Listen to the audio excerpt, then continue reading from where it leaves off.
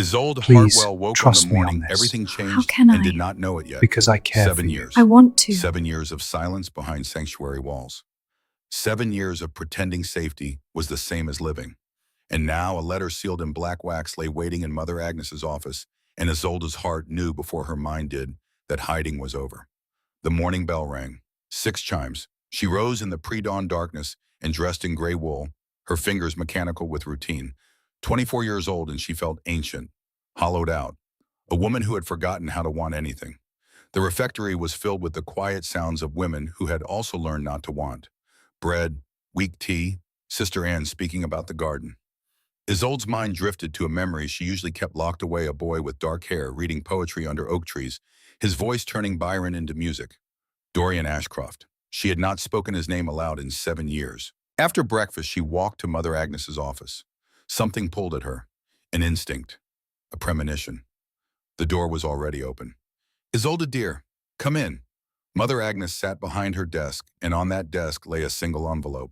Heavy paper, black wax seal, the kind of correspondence that belonged to a world Isolde no longer inhabited. This arrived for you this morning. Isolde stared at the envelope. No one sent her letters except Cassian, and his came on cheap paper with smudged ink. This was different. It's from Nocturne Citadel, Mother Agnes said quietly. From His Majesty. The words made no sense. His Majesty, the Vampire King. Isolde's hands began to shake. She picked up the envelope. The seal bore a crest from childhood, a raven in flight, the Ravencrest family crest. But the Ravencrests had been dukes, not kings. Inside a single sheet of paper, handwriting that made her chest ache with recognition. Lady Isolde Hartwell. It has been 7 years since we last spoke. I trust this letter finds you well, though I know the circumstances that brought you to St. Mercy were far from kind. I have recently ascended to a position of some authority. There are matters we must discuss regarding your family's obligations and your own future. I would be grateful if you would consent to visit Nocturne Citadel at your earliest convenience. All arrangements for your travel and accommodation will be provided. If you choose to accept this invitation, a carriage will arrive at St. Mercy 3 days hence. Yours in hope and remembrance, Dorian Ravencrest. His Majesty, Vampire King of the Eternal Realm. Isolde read it 3 times, each word carving itself deeper. Dorian Ravencrest, Vampire King. The boy who had quoted Byron was now the most powerful creature in the known world. I don't understand, Isolde whispered. Dorian was my friend. He was the Duke's son. How is he? King Khan, Mother Agnes finished gently. 10 years ago, the old Vampire King died without heir. Houses fought for the crown. It was Dorian Ravencrest who united them. Apparently, he'd been one of them for far longer than anyone knew. Vampire. Isolde thought back to summer afternoons. Dorian had always preferred shade, had never eaten at their picnics. His skin had been cool when they held hands crossing riverstones. She had been 12. She had noticed nothing, or perhaps she had noticed everything and trusted him anyway. He wants to see me, Isolde said. He wants something from you, Mother Agnes corrected. Men in power always do. Isolde set down the letter. I don't have to go. No, you don't. Mother Agnes studied her. But you've been here 7 years, child, kind and helpful and utterly, completely lost. You're not called to this life. You never were. You came here because you had nowhere else to go. The truth hit hard. What if I still have nowhere else? Then at least you'll know for certain. But if you don't go, you'll spend the rest of your life wondering. Mother Agnes squeezed her hand. Your life is waiting for you somewhere. It was never going to be here. 3 days later, Isolde stood at the sanctuary gates with a small bag. 7 years and she had accumulated nothing. The carriage that arrived was like something from a dream. Black lacquered wood, 4 midnight horses, a driver whose face remained hidden. The door bore the Ravencrest crest in silver. Mother Agnes embraced her. Be brave, be yourself, and remember you always have a choice, Awambo. Isolde climbed into velvet and shadow. As the horses moved, she watched St. Mercy Sanctuary disappear. 7 years vanishing into distance. The journey took 2 days. North into territories she had never seen. Trees grew taller, darker. Mountains rose like teeth. By the second evening, they had entered the realm of eternal twilight. The sun never fully rose here. The moon never fully set. Vampire country. They arrived at Nocturne Citadel as the blood moon was rising. The fortress carved into the mountainside stole her breath. Black stone towers reaching towards stars. Bridges of impossible architecture. Lights glowing like distant fires. Beautiful. Terrible. A place of dreams and nightmares. The carriage rolled through gates that opened untouched. Guards stood at attention, tall figures in dark armor. Their eyes reflected red. Vampires, all of them. Isolde's heart hammered. A woman waited in the courtyard. Middle-aged, elegantly dressed. Human Isolde realized with relief. Lady Isolde, welcome to Nocturne Citadel. I am Margaret Ravencrest, Dorian's sister. Isolde blinked. Sister to him, half-sister. Same father, different mothers. Margaret smiled. I'm here to help you settle. His Majesty is in council, but he'll see you this evening. Isolde followed through corridors of impossible grandeur. Vaulted ceilings, tapestries depicting battles, marble floors like still water. I know this is overwhelming, Margaret said, but you're safe here. Dorian would never harm you. You're human, Margaret glanced back amused. I am. Dorian offered me immortality when he became king. I declined. She paused at a doorway. These are your chambers. Rest, bathe. There's clothing in the wardrobe. Dinner will arrive in an hour. I don't understand why I'm here. Margaret's expression softened. Then you have something in common with half the people in this citadel. But I've known Dorian my whole life. He doesn't invite people here without reason. Whatever he wants to discuss, it matters to him. Alone, Isolde explored chambers larger than her entire sanctuary space. A four-poster bed, a fireplace with flames that danced without wood, windows overlooking the vampire city below. She found the wardrobe, gowns that would have cost fortunes. She chose the simplest, deep gray. She bathed in water that stayed warm by magic. Tried not to think about what was coming. Dinner arrived. Roasted meat, fresh bread, wine dark as blood. She ate mechanically, tasted nothing. As night deepened, a knock came. A servant stood into the corridor. Young, vampire, eyes like amber. His Majesty will see you now, my lady. Isolde followed through the citadel, downstairs spiraling into mountain depths. The air grew cooler. Finally, they reached a door of carved ebony. The servant bowed and left. Isolde stood alone. 7 years since she had last seen Dorian. 7 years since the boy who read poetry had disappeared from her life. She knocked. Enter. The voice was deeper than memory, but still his. The chamber beyond was a study, books from floor to ceiling, a fire in a massive hearth, and standing before it silhouetted against flames was a man who had once been a boy she knew. He turned. Dorian Ravencrest had changed, and had not changed at all. Taller, broader, features sharpened into angles that would be cruel on anyone else.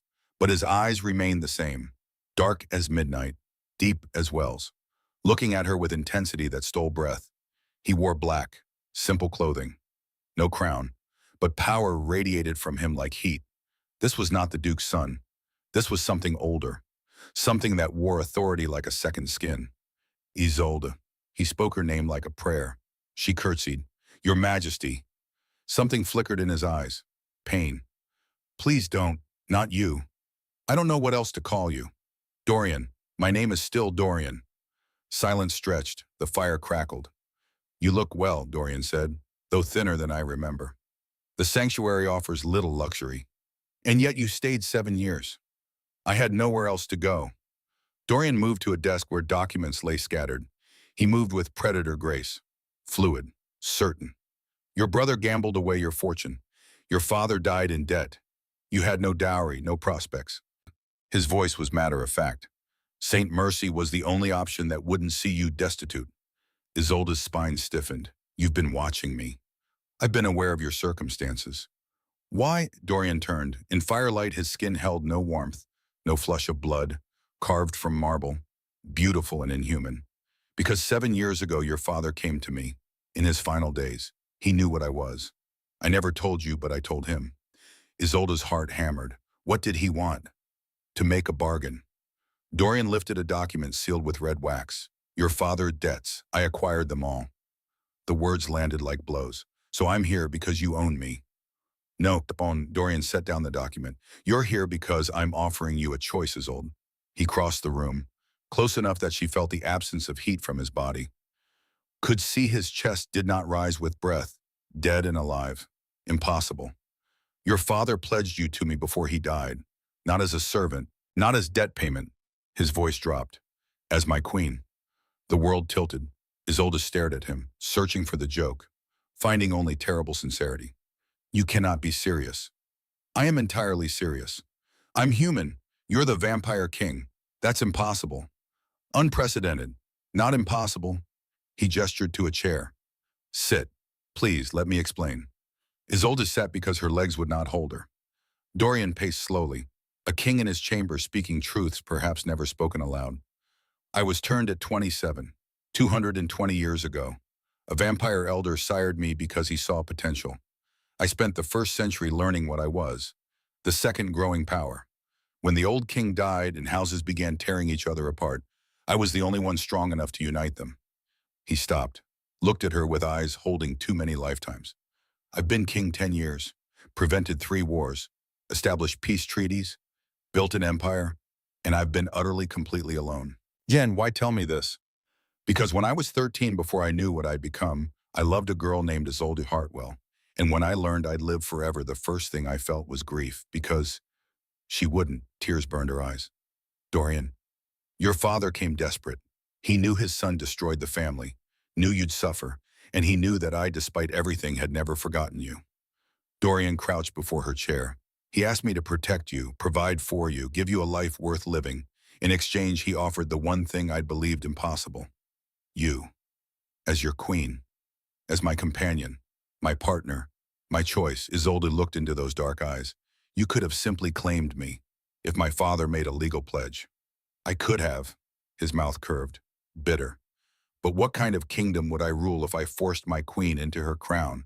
What kind of man would I be? You're not a man anymore. No, I'm something else. Something that's lived too long and learned that power without purpose is just another kind of death. He took her hand, cool skin, smooth. I'm offering you a choice, Isolde. Not because I have to, because I want to know if the woman you've become could ever love the creature I am. What are you asking? Dorian stood, pulling her gently up. Spend one night in my chambers. Let me know you again, not as the girl I remember, but as the woman before me. If by dawn you wish to leave, you'll go, free, with your family's debts forgiven and provisions made. No obligation. And if I stay past dawn, his eyes darkened, then consider my offer. 3 months here, learning what it means to stand beside a king, learning who I truly am. And at the end you decide, queen or freedom. The choice will always be yours. Isolde stepped back. You want me to decide tonight if I'm willing to even consider becoming a vampire queen? I want you to decide tonight if you're willing to choose your own path. For 7 years, you've lived by others' decisions. Tonight, I'm asking you to decide for yourself. One night in your chambers, and what exactly does that entail? Conversation, truth, nothing you don't consent to freely. You're a vampire king asking a human woman to spend the night in your private rooms. Forgive me if I'm skeptical. You should be. Dorian retrieved the debt document, then another. This is a deed to property in the Southern Territories. Modest but comfortable, and this establishes an annual income, enough to live independently. He placed them before her. These are yours, right now, tonight. Whether you agree or not, your family's debts are forgiven. Your future is secured. You could walk out tomorrow and never look back. Then why the proposition? Because some things must be earned, not given. And because I need to know if you're willing to choose anything for yourself. Isolde looked at the documents, at Dorian, at the impossible choice. This is manipulation. Yes. The honesty startled her. I'm testing you, Dorian continued, trying to understand if the girl who once defied her governess to rescue a wounded bird still exists. If the woman who survived 7 years without breaking still has courage to choose something other than survival. And if I refuse to be tested, then tomorrow you return to St. Mercy, free, but we'll both always wonder. The fire crackled. Outside, the vampire city glowed. Isolde thought of 7 years in Greywool, 7 years of silence and emptiness, 7 years of being safe and small and lost. She thought of the boy who read poetry. She thought of the creature before her now, king of impossible things. One night, she said, just conversation. Just conversation. And tomorrow I'm free to leave. Tomorrow you're free to choose. Something old and frightened loosened in her chest. Then I agree. Relief flickered in his eyes, or perhaps fear. Then come with me. He led her through corridors she hadn't seen, up a winding stair into one of the highest towers. They reached a door carved with ravens in flight. Dorian pushed it open. The chamber was not what Isolde expected, not grand or ostentatious. Circular windows all around showing night sky and glowing city below. A bed against one wall draped in simple dark fabric. Bookshelves lining curved walls. A small fire. Comfortable chairs. A desk with papers and maps. This was not a throne room. This was a sanctuary. "This is where I come when the crown becomes too heavy," Dorian said quietly, "when I need to remember I was once just a man." Isolde moved to windows. The view stole breath. The entire vampire realm spread below. Mountains, valleys, cities of light and shadow. "I'm afraid," she whispered. "I know. I don't know what you want from me." "Neither do I." His honesty again. "I only know that for 220 years I've been alone. And when your father spoke your name, something I thought was dead woke and thought me." Isolde turned, looked at this impossible creature. This king who had been a boy, this vampire who spoke of loneliness like a wound. "What happens now?" Dorian gestured to chairs near the fire. "Now we talk. I want to know who you are, who you've become, and I want to tell you who I am. No crown, no pretense, just truth." They sat. As the night deepened and blood moon rose higher, they talked. Dorian spoke of immortality's burden, of watching human friends age and die, of ruling creatures who measured time in centuries, of loneliness that came with power no one else could understand. Isolde spoke of Saint Mercy, of hope's quiet death, of 7 years wondering if she'd ever feel anything again, of guilt surviving while family struggled, of shame having once been a gentleman's daughter and becoming nothing. Hours passed, fire burned low, they refilled wine glasses and kept talking. Books, philosophy, faith and doubt, and the nature of choice.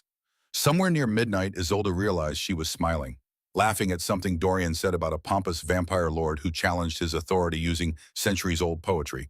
He actually quoted Byron at you. 4 full stanzas in the throne room before the entire court. Dorian's eyes glinted. I let him finish, then pointed out he'd misquoted the 3rd stanza. He was so humiliated he withdrew immediately. "You remember Byron." "I remember everything we read together." The admission hung in air, intimate, dangerous. Isolde looked at him.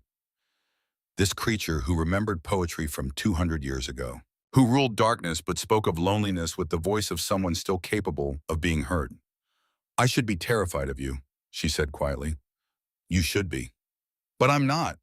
Dorian leaned forward, close enough she could see his eyes reflecting firelight, could see the absence of pulse in his throat. "That's what terrifies me," he said, "that you see what I am and aren't running." "Why does that terrify you?" "Because it means I might hope, and hope is the most dangerous thing an immortal can feel." The clock chimed 3. Isolde startled. Hours had disappeared. "You should rest," Dorian said, standing. "Dawn is still far, but you must be exhausted." "Where will you sleep?"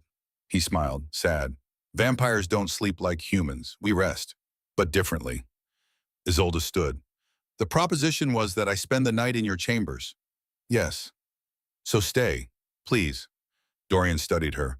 "Isolde, you promised just conversation, nothing more." "I did." "Then talk to me longer. I'm not ready for this night to end." Something vulnerable crossed his face. He nodded, moved to a chaise lounge near the window, arranged himself there with inhuman grace. Isolde moved to the bed, climbed in fully clothed, pulled covers around herself.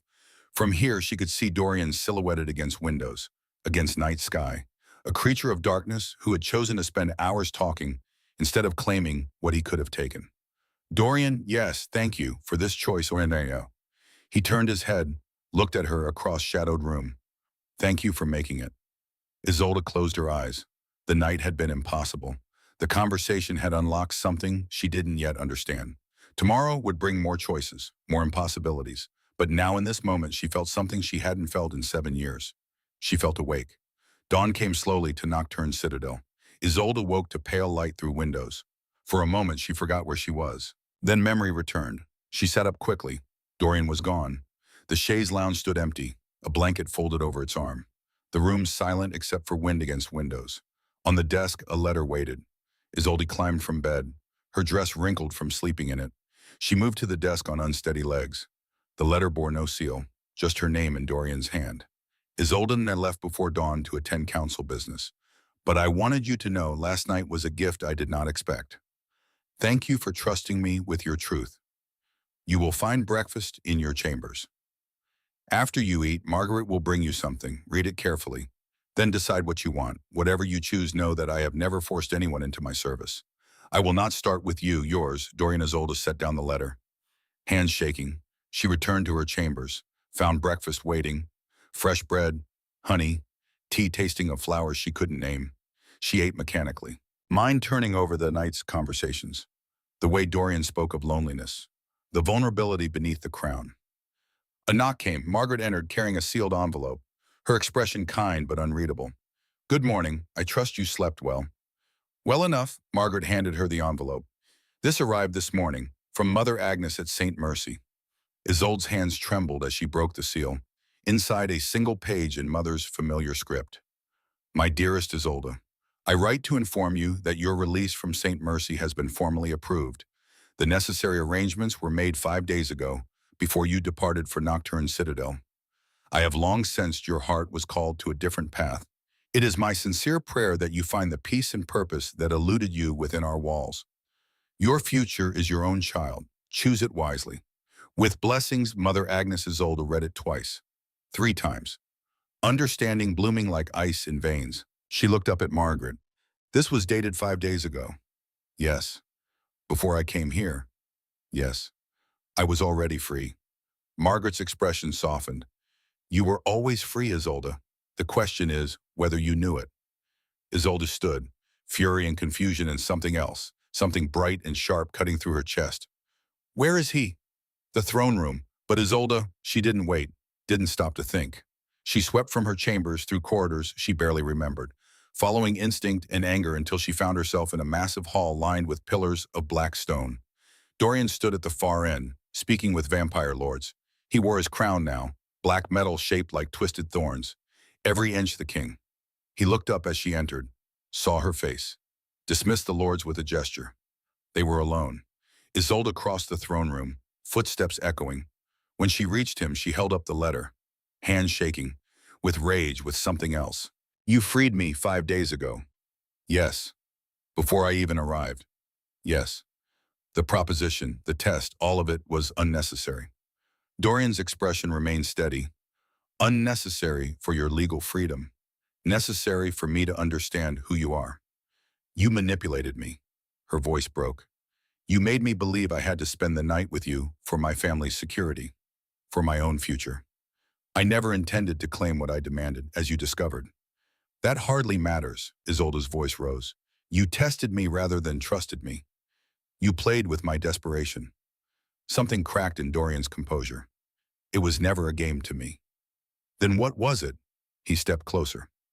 Crown or no crown in this moment, he was just a creature who looked at her with 200 years of loneliness.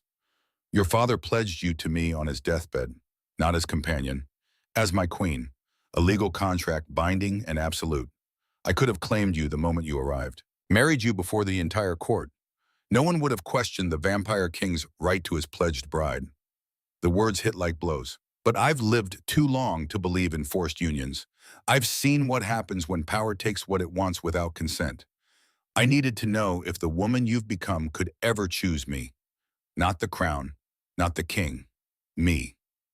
So you created a false choice. I created a situation where you would show me who you truly are, where you would negotiate rather than submit, question rather than accept, maintain your dignity even when you believed you were surrendering it. He reached up, stopped just short of touching her face. And you proved Isolde Hartwell survived St. Mercy, tempered by hardship, but unbroken. Isolde's breath came hard, tears blurred vision. You had no right. I had every right, and I chose not to use it. His hand fell. I'm offering you 3 months, Isolde.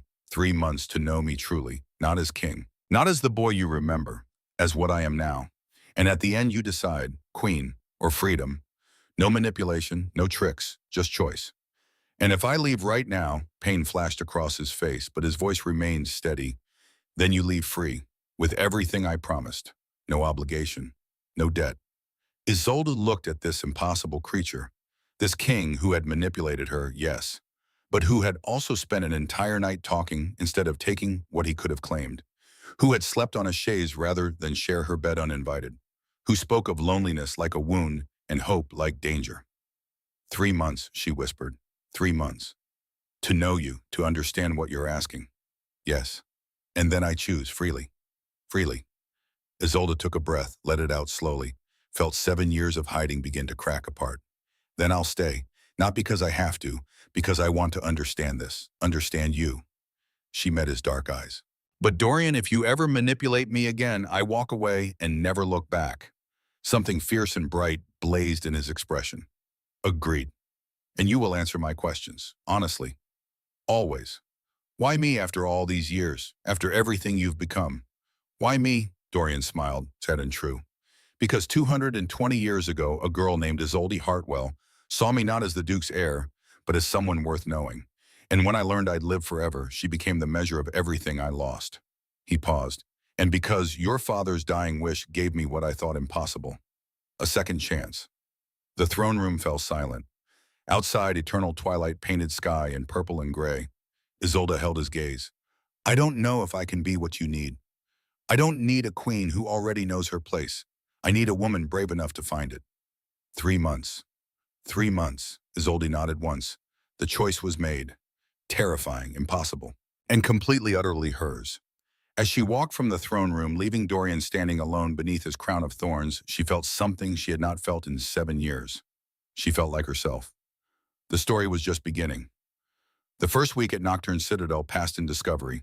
Isolde woke each morning in chambers that felt too grand, ate breakfast alone, dressed in gowns that fit perfectly, wandered corridors that seemed to shift in twilight, never quite the same twice. Margaret found her on the third day in the Hall of Mirrors, a gallery where every surface reflected infinite versions of herself. Lost, small, out of place. Overwhelming, isn't it? Margaret said gently. The Citadel was built to intimidate. Isolde turned from her fractured reflections. Does it ever feel like home? I've lived here 40 years, and no, Margaret smiled, but I've learned to find corners that feel less like fortress, more like sanctuary. Come, let me show you. She led Isolde through passages not yet discovered, downstairs winding into the mountain's heart. They emerged in a library that stole breath.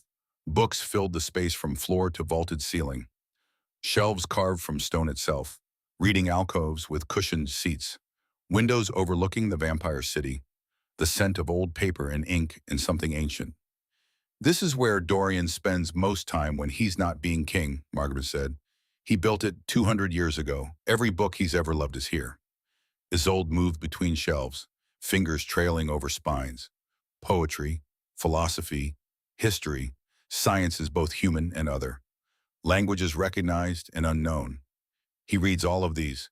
He has eternity. What else would he do? Margaret settled into a reading chair.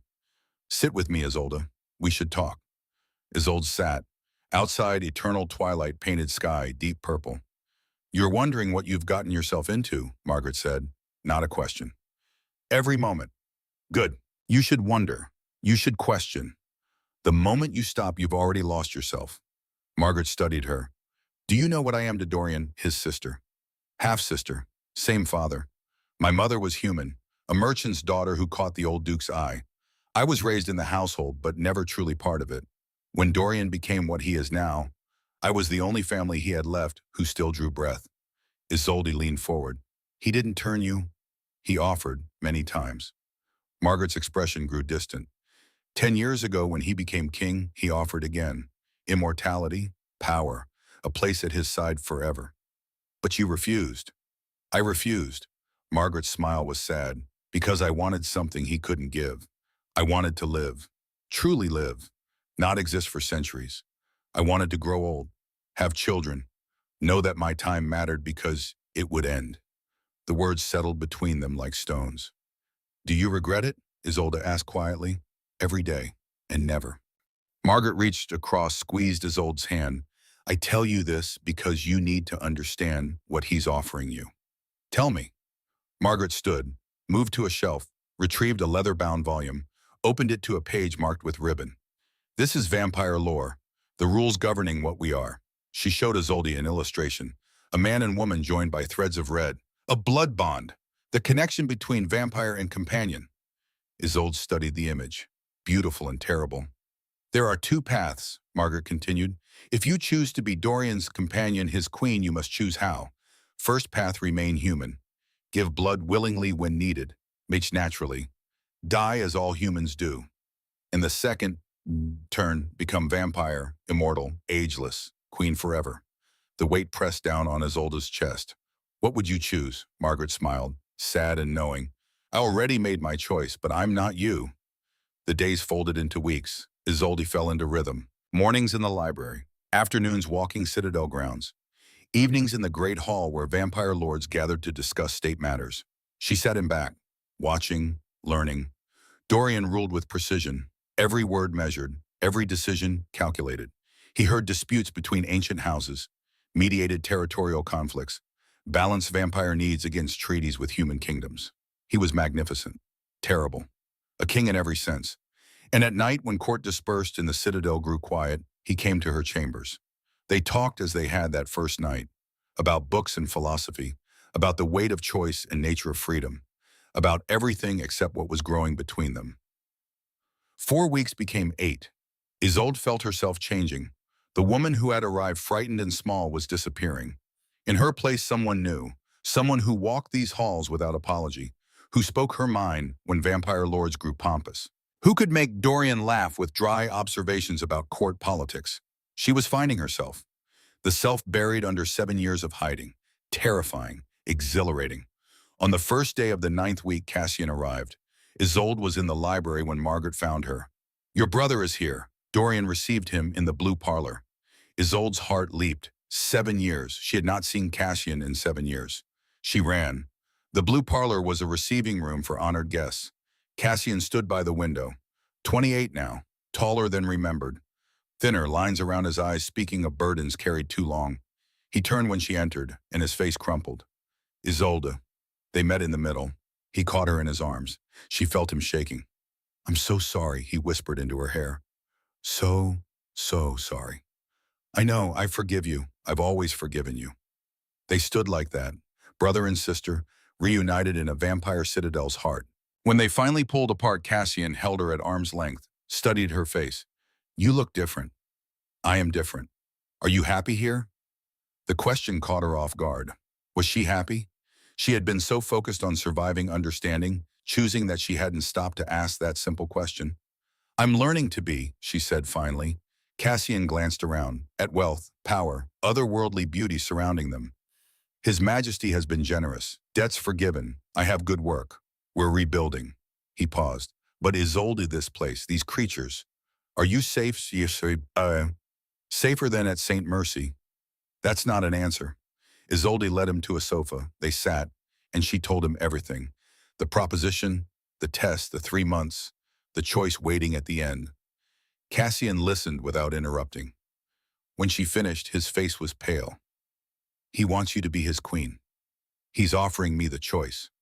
Isolde, he's a vampire, a king of monsters. If you accept, you'll either watch yourself age while he stays young or become one of them. I know. Then why are you still here? The question hung between them. Isolde looked at her hands, at the fine dress, at the woman she was becoming. Because for 7 years I was dead, safe, yes, but dead in every way that mattered. Here I'm alive, terrified and overwhelmed and completely out of my depth. But alive. She met her brother's eyes. I need to know if that feeling is real, or just the novelty of being wanted. Cassian reached for her hand. You were always wanted. I was just too broken to show you. I know.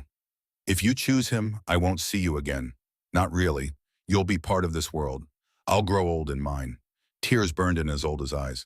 I know that too. They sat in silence, afternoon light fading beyond windows. Finally, Cassian stood. I should go. I came to make sure you were well, that you weren't being held against your will. I'm not. Then whatever you decide, Isolde, I support you, even if I don't understand. He kissed her forehead. Be careful, and remember you always have a home with me, if you need it. After he left, Isolde sat alone in the blue parlor. Weight of choice pressing down. That night, Dorian came to her chambers earlier than usual.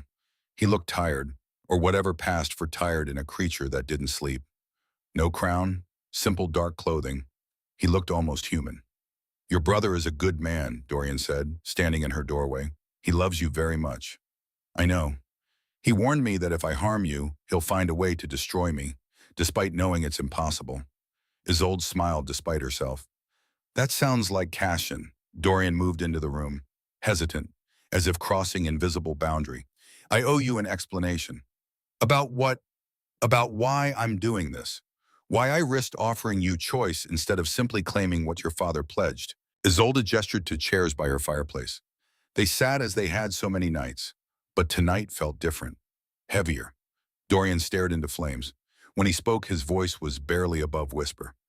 80 years ago, I fell in love with a human woman, Amelia, daughter of a merchant lord, kind, intelligent. She saw past what I was to who I'd once been. Isolde's breath caught. I married her, made her my queen. She chose to remain human. She wanted to live a full life, even if shorter than mine. To age, experience mortality fully. Dorian's hands clenched, and I let her, because I loved her and thought love was enough. What happened? I watched her grow old, year by year, hair turned silver, face lined, hands that had been so sure grew frail, and I stayed the same, forever 27 while she aged toward death. His voice broke. She never complained, never asked to be turned. She faced mortality with grace. But I saw it in her eyes, the sadness, the knowledge she was leaving me behind. Tears slipped down Isolde's cheeks. When she was 63, she fell ill. A fever. Nothing a vampire would notice. But for her, it was the end. Dorian looked at Isolde, his eyes haunted. I held her as she died, felt her heartbeat slow, felt her breath stop. And when it was over, I swore I'd never love a mortal again. The pain was unbearable. But you're offering me the same choice. No, good. Dorian leaned forward, intense. I'm offering you information, truth. I want you to know exactly what choosing me means. If you remain human, I'll watch you age and die. If you turn, you'll lose your humanity. There is no perfect path, only choices and consequences. Isolde wiped tears. Why tell me this now? Because we're past halfway through your 3 months, and I see the way you look at me sometimes. Like maybe you could love me, and I need you to understand what that love will cost. Fire crackled. Outside night deepened. Do you still love her? Isolde asked quietly. Amelia. I'll always love her. She was my queen, my companion, part of my history. Dorian reached out, stopped just short of touching Isolde's face. But you're not her, and what I feel for you is different, sharper, more frightening, because with Amelia I didn't know the ending. With you I do, and I'm choosing to walk toward it anyway. Isolde caught his hand, held it against her cheek. Cool skin, smooth, dead and alive at once. I don't know what I want yet, she whispered. I know. But I know I'm not ready to stop trying to figure it out. Dorian's thumb brushed her cheekbone. Then we continue. We continue. He pulled away slowly. Stood. I should go. It's late. Stay. The word escaped before Isolde could stop it. Dorian froze. Isolde, not for anything improper. Just stay. Talk to me, like that first night. She stood as well, facing him. I'm tired of being alone with my thoughts. Something shifted in his expression. Relief, fear, want. All right. They talked until dawn threatened the horizon, about Amelia and the weight of loving mortals, about Isolde's years at St. Mercy and Hope's death, about what it meant to choose and whether any choice could ever be truly free. And when first light touched windows, when Dorian had to retreat before sun grew too strong, Isolde realized something terrifying. She was falling in love with him. The 10th week began with spring touching even an eternal twilight of the vampire realm. Isolde had been at Nocturne Citadel for 2.5 months. The woman who arrived frightened and small was gone. In her place stood someone who could navigate court politics, debate philosophy with ancient vampires, walk these halls like she belonged. Margaret noticed the change. They were in the gardens when Margaret said, "You're different now, stronger." Isolde touched a night-blooming flower. I feel different. You love him. Not a question. Isolde didn't deny it. I don't know when it happened. Somewhere between debates and dinners and nights spent talking until dawn. She looked at Margaret. Is that foolish? Probably. Margaret's smile was gentle, but wisdom and love rarely occupy the same space. They walked in silence. The garden was beautiful in twilight. Everything bloomed in purple and blue shades. Margaret, Isolde said carefully, are you well? You seem frailer than when I arrived. Margaret stopped walking. For a long moment she said nothing. Then she sighed. Perceptive. She sat on a stone bench, movements careful, pained. I'm dying, Isolde. The words landed like a blow. How long have you known? 6 months. The physicians say I have perhaps a year. Margaret's voice was steady. It's cancer. Slow but certain. Isolde felt her throat close. Does Dorian know? Not yet. I haven't found courage to tell him. He's lost so many. He would turn you. Save you. He would offer, and I'd refuse. Margaret met Isolde's eyes. I told you I wanted to live a full life. This is part of that. The ending. I won't trade my humanity for more years. Isolde thought of Amelia dying at 63, of Margaret choosing the same path. How do you bear it knowing you'll leave him? Margaret touched Isolde's face. Gentle. Because the time we had was real, and real things end. That's what makes them precious. She paused. You're wondering if you should choose differently? Yes. Then let me tell you something. Dorian has lived 247 years. He'll live thousands more. Our lives, yours and mine, are brief flickers in his eternity.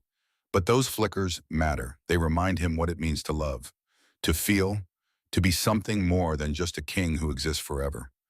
Tears spilled down Isolde's cheeks. I'm afraid of dying, of not living, of choosing safety over life. Margaret pulled her into an embrace. Then don't run. Choose life, whatever that means for you, but choose it fully. They stood together in Twilight Garden, two mortal women in immortal darkness's heart, both loving a creature who would outlive them by centuries, both choosing to love him anyway. That night, everything changed. Isolde was in the library, reading by candlelight. The citadel was quiet. Most of court had retired. The first scream shattered silence. Isolde was on her feet instantly. Book fell, forgotten. More screams, clash of steel, the roar of something inhuman. The door burst open. A guard stumbled in. Blood streamed from his throat. Rogue vampires, he gasped. In the citadel. They've breached. He fell, dead before he hit ground. Isolde backed away, heart hammering. She had no weapon, no way to defend herself. She was human in a citadel, under attack by creatures that could tear her apart. The guard's sword lay by his body. Isolde grabbed it. Weight was wrong. She'd never held a weapon. But she held it now. Footsteps in corridor. Fast. Coming closer. Dorian appeared in doorway. Blood covered him. His own and others. His eyes burned red. He moved with predator grace despite the wound in his side that would have killed a human instantly. Isolde. Relief flooded his face. Thank the ancient dark. What's happening? Rogue house trying to challenge my rule. Started in throne room, moved through citadel. He gripped doorframe. Wound was slowing him. You need to get to safe rooms. Margaret will... A roar cut him off. 3 vampires burst into library, eyes wild, fangs bared. Rogue vampires lost to bloodlust and madness. Dorian put himself between them and Isolde. Run. No. She didn't think. Didn't plan. When one of the rogues lunged past Dorian toward her, she brought sword up. Clumsy. Desperate. Blade caught the vampire in throat. Not a killing blow, but enough to make him stumble back. Dorian used the opening. He moved like death incarnate. Ancient and terrible and beautiful. 2 vampires fell to his hands in seconds. The third fled. Silence fell, broken only by breathing. Dorian's wound was worse now. Blood-soaked shirt. He swayed. You're hurt. Isolde dropped sword, moved to him. You need blood. I'll heal. But his voice was weak. I just need time. You don't have time. There might be more. Isolde looked at the wound. Deep. Dangerous. You need to feed. No, Dorian pushed away from her. I won't. Not you. Why not? Because once I taste your blood, there's no going back. The bond begins. I won't take that choice from you. Isolde stared at him. This king, this creature, this man dying to protect her autonomy. She made her choice. I'm giving it to you. She pulled a dagger from fallen guard's belt, drew it across her palm before Dorian could stop her. Blood welled, red, human, precious. Isolde, don't. She pressed bleeding palm to his mouth. Drink, please. For one endless moment, Dorian resisted. Eyes met hers, anguished, desperate. Then instinct won. He drank. The sensation was like nothing Isolde had imagined. Not painful, not frightening. It was intimate beyond words. She felt his hunger, his need, and beneath that, something else. A connection forming. Threads of red weaving between them. The blood bond. Dorian's wound began to heal. Color returned to his face. Strength flooded back. But he didn't stop drinking. Isolde felt herself growing dizzy, weak, knees buckled. Dorian caught her, pulled away from her hand, lips stained with her blood. I'm sorry, I'm so sorry. He lifted her into his arms. I took too much. I'm all right. But her voice was faint. World spun. No, you need rest. Healing. He carried her from library through corridors secured now by his guards. Attack was over. Rogues dead or fled. He brought her to his chambers. The tower room where they'd spent that first night.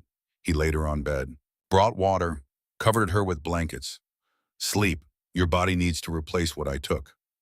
Isolde caught his hand. What happened when you drank? Dorian's expression was anguished. The bond began. You're connected to me now, not fully, but enough that you'll feel me, my presence, my emotions, and I'll feel you. Is that bad? It's permanent. The weight of that word settled over her. Permanent. No going back. I chose it, Isolde whispered. I chose to save you. You chose before you knew what it meant. I knew enough. She squeezed his hand. I knew you were dying, and I knew I couldn't let that happen. Dorian brought her hand to his lips, kissed her palm where cut was already healing with unnatural speed. The bond's first gift. Rest. We'll talk when you're stronger. Isolde closed her eyes, exhaustion pulled at her, but before sleep claimed her, something happened. Images flooded her mind, not her own memories. His. She saw a boy of 13 reading under an oak tree, saw herself at 12 laughing at something he'd said, saw the moment he realized he loved her, young and human and full of impossible hope. She saw the night he was turned, pain, transformation, horror of waking up a monster. She saw 200 years of loneliness, of ruling, of watching everyone he loved turn to dust. She saw Amelia dying in his arms, saw his vow never to love again, and she saw herself arriving at Nocturne Citadel, saw how he'd looked at her with such desperate hope it hurt. The memories crashed over her like waves, his entire existence, his pain, his love, his fear. When they finally receded, Isolde understood. She understood everything. Dorian sat beside the bed, watching, waiting. I saw, she whispered. In the blood, I saw your memories. His face went pale. Isolde, 247 years. You've been waiting, even before you knew I existed. Waiting for someone to see you. Not the king, not the monster. You. Tears slipped down his face. First time she'd seen him cry. I'm sorry, you shouldn't have seen that. It's too much, too heavy a burden. It's not a burden. Isolde reached up, cupped his face. It's truth. And truth is what I asked for. They stayed like that, connected by blood and memory, by choice and chance, and somewhere in the space between them, Isolde felt the bond settling deeper. Permanent, undeniable. She had changed everything, and she still had no idea what she would choose when 3 months ended. But she knew one thing with absolute certainty. She loved him. She loved Dorian Ravencrest, Vampire King, ancient creature, the boy who had read her poetry 200 years ago. She loved him, and that love would cost her everything. The question was, what was she willing to pay? Dawn came slowly to Nocturne Citadel. Isolde woke to find Dorian gone, but she felt him, through bond, a presence in the back of her mind. Distant, but real, live in a way that made her breath catch. On bedside table, a note waited. The bond cannot be undone, but it doesn't force your choice. You still have time. You still have freedom. I swear it. But Isolde, I hope you know now what you mean to me, what you've always meant, yours in blood and truth. Dorian Isolde read it 3 times. 1 month remained. 1 month to decide between mortality and eternity, between freedom and love, between being herself and becoming something else entirely. She rose from bed, stronger now. Wound on her palm had healed completely. Only a faint scar remained, the mark of the bond, the mark of her choice. Outside windows, Vampire Realm woke to another day of eternal twilight. Beautiful and terrible and completely, utterly hers, if she wanted it. Isolde pressed her hand to glass. 1 month. Everything would change in 1 month. But for now, in this moment, she simply felt the bond thrumming in her veins, connecting her to a creature who had lived centuries and chosen to love her anyway. And she wondered if love was ever really a choice, or if it chose you. The answer waited at the end of her 3 months, and Isolde walked toward it with her eyes open. The blood bond changed everything. Isolde felt Dorian constantly now, a presence in the back of her mind. When he was troubled, she felt the weight like stones in her chest.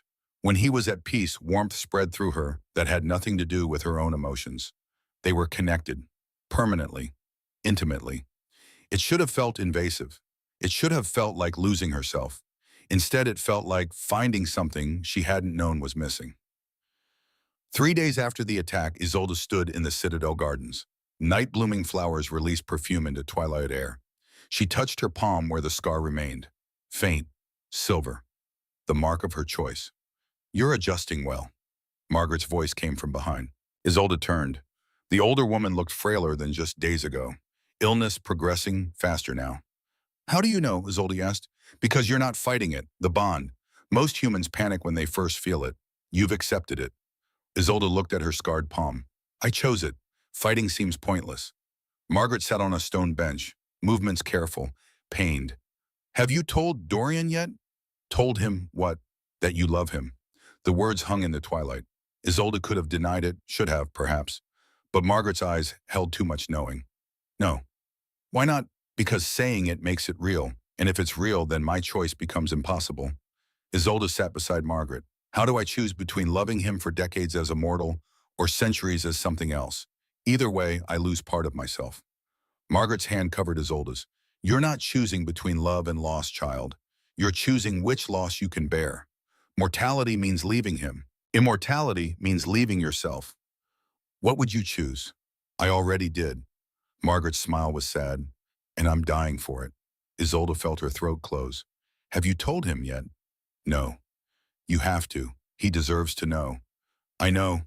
Margaret's hand trembled slightly. "I'm just afraid of watching him break again. More cruel than letting him believe you have years left." Margaret was quiet for a long moment. Finally, she nodded. "You're right. I'll tell him tonight." But Margaret didn't get the chance. That evening, Isolde found Dorian in his study. He stood at window overlooking the vampire city, posture rigid. Through bonds, she felt his anguish like a living thing. "What's wrong?" He turned, face ravaged. "Margaret, I went to her chambers this afternoon to discuss court business." She collapsed. Isolde's heart stopped. "Is she why Arn?" "Alive. Physicians are with her now, but Isolde, they found something. Cancer. Advanced. She's dying." The words fell like stones. Dorian crossed to her, gripped her shoulders. "She's been hiding this for months, suffering in silence. And I didn't see it. I should have known. She didn't want you to know."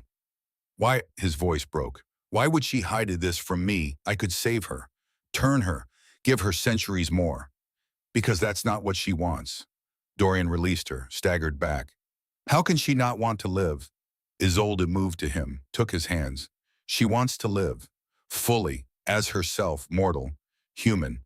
Not as a vampire, even if that means fewer years." "That's insane." "That's choice," Dorian pulled away, paced like a caged thing. "She's my sister. The only family I have left who still remembers what I was before. I can't lose her." "You're going to lose her whether you accept it or not." The truth hit him like a blow. He sank into a chair, buried face in hands. Through bond, Isolde felt his grief. 247 years of accumulated loss crashing over him. Every death, every goodbye, every person he'd loved who turned to dust while he remained unchanged. She knelt before him, pulled his hands from his face. "Look at me." He did, eyes haunted. "Margaret is making the same choice I might make. The choice to remain human. To live a full life even if it's shorter. You need to let her." How do I just watch her die? "The same way you watched Amelia." Isolde's voice was steady despite tears on her face. "You love her. You honor her choice. And you hold her when the end comes." Dorian pulled her into his arms, held her so tightly she could barely breathe. "I can't do this again." "You don't have a choice." They stayed like that, clinging to each other. Two people drowning in the weight of love and loss and impossible choices. Finally, Dorian pulled back. "I need to see her. Talk to her." "Go, I'll be here when you return."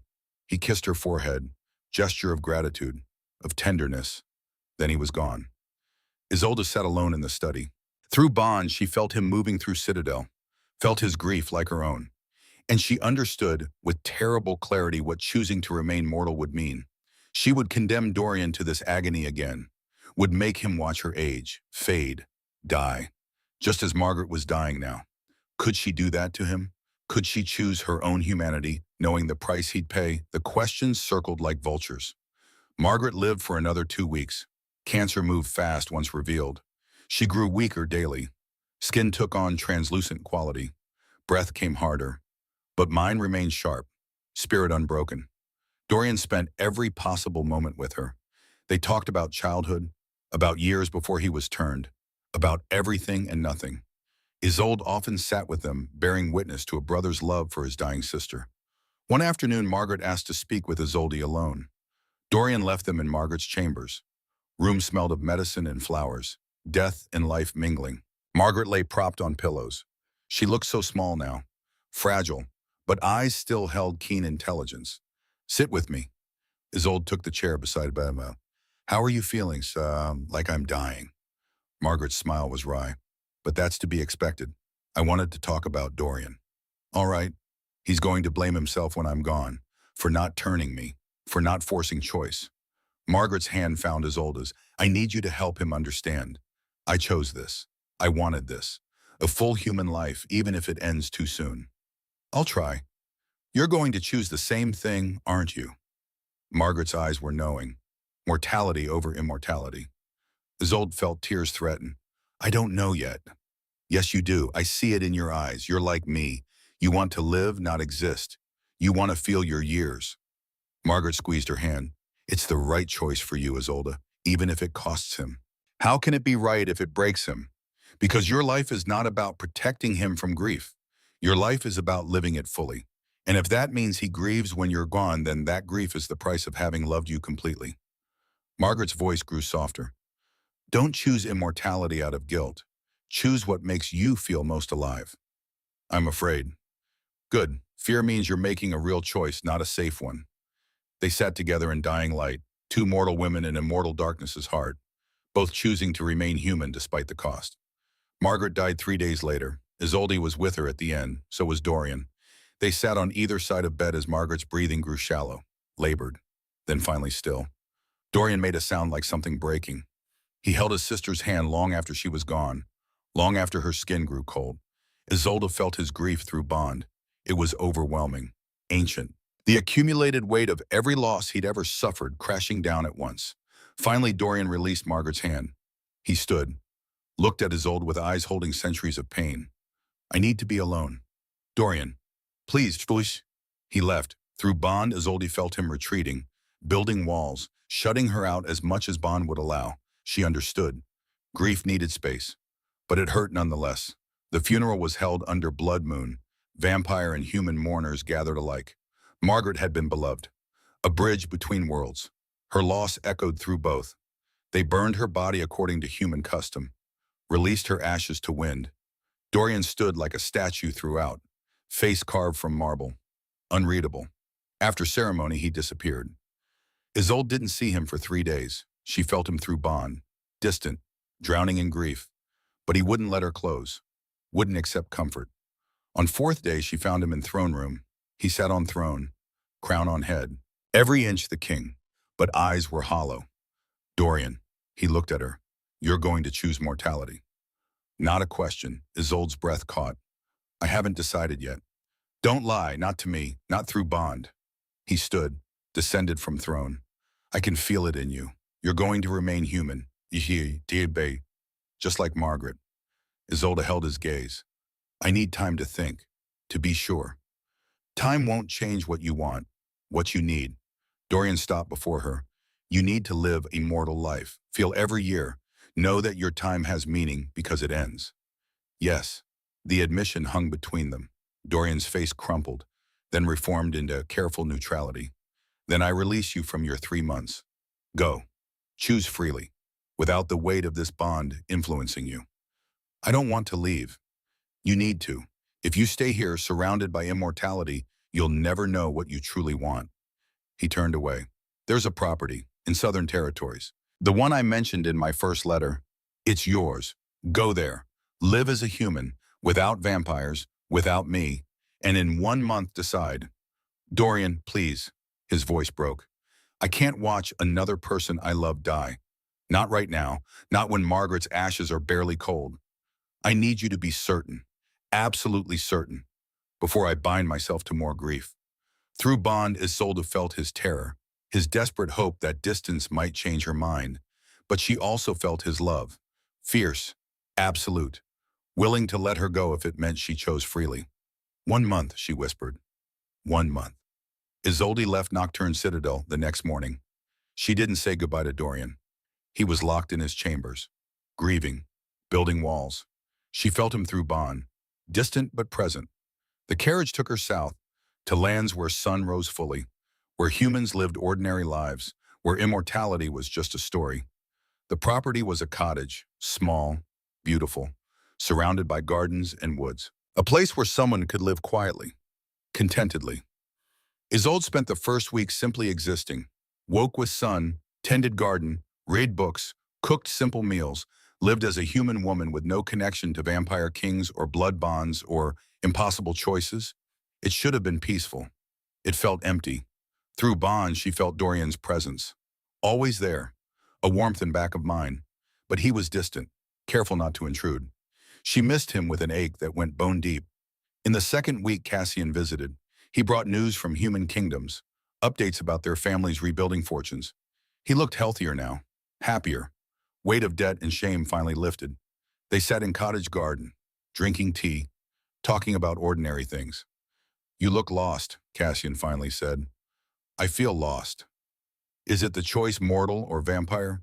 Isolde nodded. I know what I want, what I need, but knowing doesn't make it easier. What do you want? To remain human, to age, to live a full life even if it's shorter, to die as myself, not as something else. Words came easily. Truth had always been clear. Then why do you look so miserable? Because choosing my humanity means condemning Dorian to grief. He'll watch me age while he stays frozen. He'll hold me as I die, and then he'll live for thousands more years carrying that loss. Isolde set down her tea, hands shaking. How can I do that to someone I love? Cassian was quiet. Then he said Margaret did it. Yes. And before her Amelia, both chose mortality despite knowing it would hurt him. Cassian leaned forward. Maybe that's the gift, Isolde. Not sparing him grief, but giving him something worth grieving. The words hit like revelation. Say that again. Living fully loving, completely making him feel alive despite his immortality, that's the gift. The grief that comes after is just proof the love was real. Isolde felt tears stream down her face. He said something similar once. That mortal lives are brief flickers in his eternity, but they matter. They remind him what it means to be more than just a king who exists forever. Then give him that flicker. Burn bright, and when your time ends, let him grieve, because that grief will be the measure of what you meant to him. Isolde stood, walked to edge of garden. Sun was setting, painting sky in gold and rose. She had spent 7 years hiding at St. Mercy, 7 years being safe and small and dead in every way that mattered. She had spent nearly 3 months at Nocturne Citadel, coming alive again, learning who she was, what she wanted, what kind of woman she could be when given freedom to choose. And now she stood at another threshold, another choice. Immortality would give Dorian centuries with her, but it would cost her humanity, her sense of time, her understanding of mortality that made every moment precious. Mortality would give them decades, beautiful, fleeting, real. And yes, it would end in grief, but those decades would matter because they ended. She knew what she wanted. She had known all along. Isolde returned to Nocturne Citadel on the first day of the final month. Carriage rolled through familiar gates. Citadel rose before her, dark and beautiful and terrible. Home. Dorian was waiting in courtyard. He looked the same, frozen at 27 forever. But through bond she felt his turmoil, his hope, his fear. You came back, he said. I told you I would. I thought distance might change your mind. It didn't. Isolde descended from carriage, stood before him. It made everything clearer. Dorian's jaw clenched. You're choosing mortality. Yes. Word fell like stone. Dorian closed eyes. Through bond, Isolde felt his grief, fresh, raw, but underneath it, something else. Acceptance. I won't turn you. Barely a question. No. Even knowing it means I'll lose you.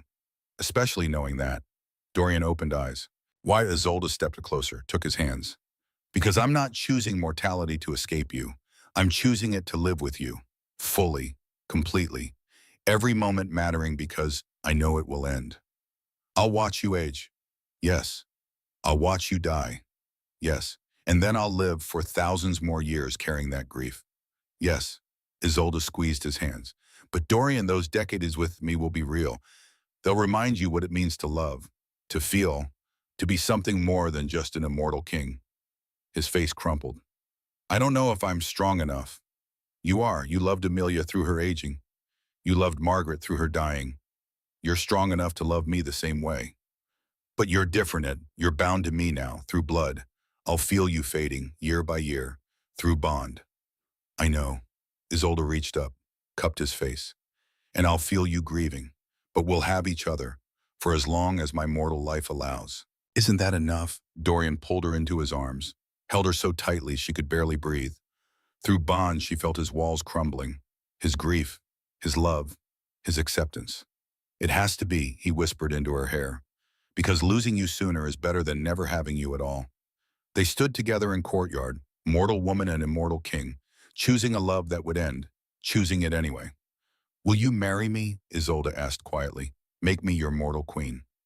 Dorian pulled back, looked at her with eyes holding centuries. Are you certain? I've never been more certain of anything. His smile was soft and beautiful and full of love. Then yes, 1,000 times yes.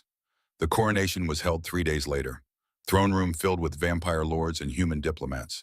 A marriage between mortal and immortal. A queen who would age. A king who would endure.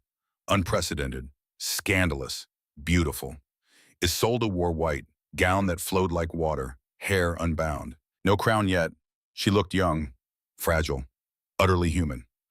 Dorian stood before throne in black, crown of thorns on head, every inch the vampire king. Ceremony was a blend of human and vampire traditions, vows spoken in blood and wine, bond already sealed made public, choice witnessed by two worlds. When time came to crown her, Dorian lifted a circlet of silver, delicate, beautiful, unmistakably mortal. This crown is not eternal, he said, voice carrying through the hall. It will be yours for the span of a human life. And when your time ends, it will be buried with you, because you are not a queen who rules forever. You are a queen who rules completely. He placed crown on her head. Weight was light, precious, temporary, perfect. I give you Queen Isolde, mortal, beloved, mine. Court erupted in acknowledgement, vampire and human voices mingling. And Isolde, standing beside Dorian with a crown that would rust and tarnish and eventually crumble to dust, felt more alive than she had in her entire existence. Blood bond ceremony followed, in private chambers with only witnesses required by law. Dorian and Isolde stood facing each other. He cut his palm, she caught hers. They pressed wounds together. Blood of my blood, Dorian said, for as long as your heart beats. Heart of my heart, Isolde replied, for as long as time allows. Bond that had begun in violence and necessity, completed in choice and love. Permanent, unbreakable, limited by her mortality. When they separated, both bore matching scars, silver lines across palms. His would last forever. Hers would last a lifetime. That night, they consummated their marriage. It was tender, reverent. Dorian treated her like something precious and breakable, because she was mortal, fragile, his for such a brief time. Afterward, they lay tangled together. Her heart beat against his silent chest, her warmth against his coolness. Life and death entwined. No regrets, he whispered. None. She pressed lips to his shoulder. You tore, only that I'll have to let you go. Not for decades yet. Decades feel like moments when you've lived as long as I have. Isolde propped herself on elbow, looked at him in candlelight. Then we make every moment count. We don't waste time on fear. We love completely. And when my end comes, you let me go knowing I lived fully. Dorian traced her face with cool fingers, memorizing. I'll remember you forever. Long after you're gone, you'll be part of my eternity. Good, Isolde smiled. Then I'm not really dying, I'm just changing forms, becoming a memory instead of a body. He pulled her close. You're going to break my heart. I know, but I'm going to fill it first. They made love again, slowly, tenderly, mortal queen and immortal king choosing each other despite cost. Outside, blood moon rose over Nocturne Citadel, and inside, two people loved completely, knowing it would end, choosing it anyway. Days became weeks, weeks became months, months became years. Isolde ruled beside Dorian. She brokered peace between human kingdoms and vampire houses. established laws protecting both species, proved that mortality didn't diminish authority, that a queen who would someday die could still change the world. And Dorian loved her through every change, every passing season. He loved her with the fierce devotion of someone who knew time was precious because it was limited.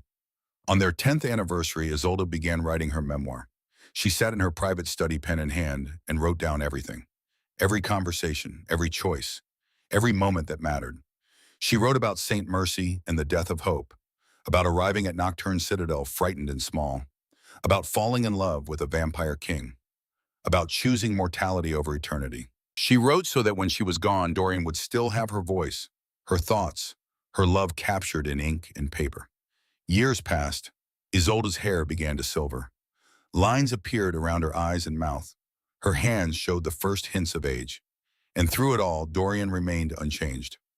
Frozen at 27, a constant reminder that their time was limited. But instead of making their love bittersweet, it made every moment more precious.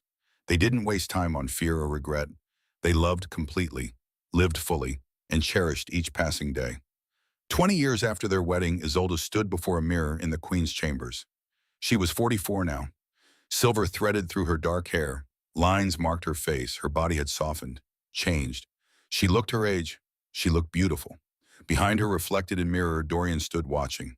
He looked exactly as he had on their wedding day. 27 forever. Unchanged. Unchanging. The contrast was stark. Devastating. Perfect. "You're staring?" Isolde said. "I'm memorizing." Dorian crossed to her, pressed a kiss to her temple. Every new line, every new silver hair. "I want to remember all of it." Isolde turned in his arms. "Do you regret it?" Choosing a mortal queen? Never. His eyes held such love it made her heart ache.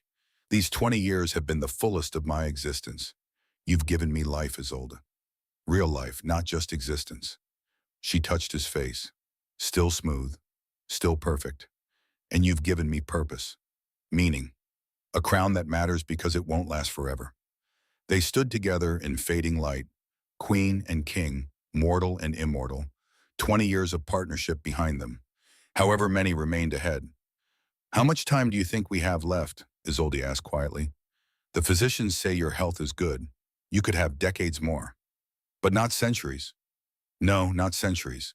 Isolde rested her head against his chest. Listened to silence where his heartbeat should have been. "I'm not afraid of dying. I'm afraid of leaving you alone." "I won't be alone." Dorian's arms tightened around her. "I'll have memories, 20 years of them, 40 if we're lucky, 60 if the gods are kind. Those memories will sustain me. For thousands of years, for as long as I exist." They stood together as twilight deepened into night, as it always did in Vampire Realm. "Come with me," Isolde said. "I want to show you something." She led him through Citadel, to her private study. Inside desk held stacks of papers, a manuscript. "What is this?" Dorian asked. "My memoir. I've been writing it for years." Isolde picked up the thick stack of pages. "Everything I've learned, everything I've felt, every moment that mattered. When I'm gone, this will remain. My voice, my thoughts, my love for you, written down so you never forget." Dorian took manuscript with shaking hands, flipped through pages filled with her elegant script. Stories of their courtship, their marriage, their rule, their love. "Isolde, you said mortal lives are brief flickers in your eternity. This is proof my flicker mattered, that I lived, that I loved you." She touched the pages. "And when you miss me, you can read this and hear my voice again." The memoir's final page lay separate on desk. Isolde had written it that morning. The last entry, her closing words. She handed it to Dorian. "To whoever finds this after I am gone, I was Isolde Hartwell, daughter, sister, queen, mortal woman who loved an immortal king. I chose to remain human, to age, to die. Not because I didn't love him enough to become vampire, but because I loved him too much to lose myself. My years with Dorian were not long by immortal standards, but they were full. Every day mattered because I knew someday there would be no more days. Every moment was precious because time was limited. I do not regret my choice. I live completely, loved deeply, ruled with purpose. And when my time ends, I will go knowing I gave Dorian something immortality never could, a love that was real because it was fleeting. If you are reading this, I am gone. Dust and memory. But tell Dorian something for me. Tell him I was not afraid. Tell him every moment was worth it. Tell him to remember me not with grief, but with gratitude. And tell him that some loves last forever precisely because they end. Mine ended, but it will echo through his eternity. That is my gift to him. That is my legacy. I chose freedom. I chose life. I chose love. And I would choose it all again. Isolde Ravencrest, mortal queen of the eternal realm, year 20 of her reign. Dorian set down the page, looked at Isolde standing beside him, aging, beautiful, alive. And he understood. She had given him the greatest gift an immortal could receive. She had reminded him what it meant to live, not just exist, but truly completely live. They stood together in her study, surrounded by 20 years of memories captured in ink. Outside, moon rose over vampire realm, eternal, unchanging. Inside, mortal queen held her immortal king and thought about time, about choice, about the way some loves were measured in decades while others lasted millennia. Both were precious, both were real, and hers, though brief, would echo through Dorian's eternity. She had chosen well. She had chosen life. And when her time came in 20 years or 40 or 60, she would die as she had lived, completely, courageously, without regret, a mortal queen who had ruled with her whole heart and loved an immortal king with her whole soul. That was enough, more than enough. It was everything. Dorian pulled her into his arms, and for the first time in 20 years, she felt him cry through bond. Not grief, not yet, but overwhelming love. Thank you, he whispered. Thank you for choosing me, for choosing this life, for giving me something worth remembering. Thank you for letting me be mortal, for not forcing immortality, for loving me exactly as I am. They held each other as night claimed citadel. However many years remained, every moment precious because it would end. And Isolde knew with absolute certainty that she had made the right choice. Not the easy choice, not the safe choice, but the right one. The choice that let her live fully, love completely, rule with purpose. The choice that would someday break Dorian's heart, but would also prove to him that love, real love, was worth any grief. Because some things were meant to end, and their ending made them precious. Isolde had chosen wisely, and Dorian would carry her choice, her love, her flicker of mortal life through all his immortal years. A reminder that forever was not the measure of love. Depth was, completeness was, and Isolde had loved him completely. That was enough, more than enough. It was everything.